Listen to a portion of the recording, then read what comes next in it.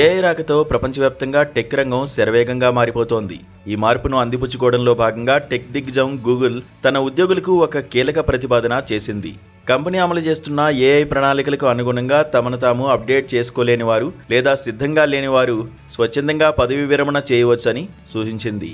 ఇలా స్వచ్ఛందంగా తప్పుకునే వారికి ఆకర్షణీయమైన ఎగ్జిట్ ప్యాకేజీని ఆఫర్ చేస్తోంది. ముఖ్యంగా సంస్థలోని గ్లోబల్ బిజినెస్ ఆర్గనైజేషన్ విభాగంలో పనిచేసే వారికి ఈ అవకాశం కల్పించినట్లు Google chief business officer Philip Schindler వెల్లడించారు.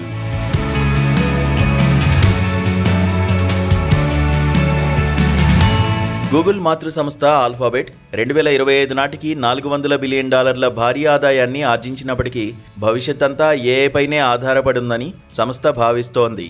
అందుకే కేవలం ఏఐ సాంకేతికతపై పట్టు ఉన్నవారిని, ఆ దిశగా ఆలోచించే వారినే కొనసాగించాలని నిర్ణయించుకుంది. అయితే అమెరికాలోని కస్టమర్ సేల్స్ టీంకు మాత్రం ఈ ప్యాకేజీ వర్తించదు. కేవలం గూగుల్ మాత్రమే కాదు, అమెజాన్, మెటా, మైక్రోసాఫ్ట్ వంటి ఇతర బడా కంపెనీలు కూడా ఇదే బాటలో పయనిస్తున్నాయి. మైక్రోసాఫ్ట్ అయితే తన సీనియర్ ఎగ్జిక్యూటివ్లకు ఇప్పటికే కీలక హెచ్చరికలు జారీ చేసింది. టెక్ ప్రపంచంలో మనుగడ సాగించాలంటే ఏఐని నేర్చుకోవడం ఇప్పుడు అనివార్యంగా మారింది.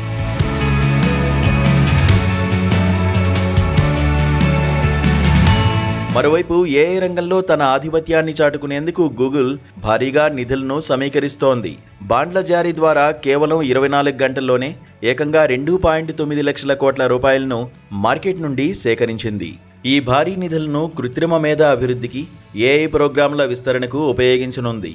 ఒకవైపు ఉద్యోగుల నైపుణ్యాన్ని పెంచుతూనే మరోవైపు భారీ పెట్టుబడులతో ఏఐ రేస్లో అగ్రస్థానంలో నిలవాలని గూగుల్ ప్రణాళికలు సిద్ధం చేస్తోంది. టెక్ రంగంలో వస్తున్న ఈ పెను మార్పులు భవిష్యత్తులో ఉద్యోగాల స్వరూపాన్ని పూర్తిగా మార్చేయనున్నాయి.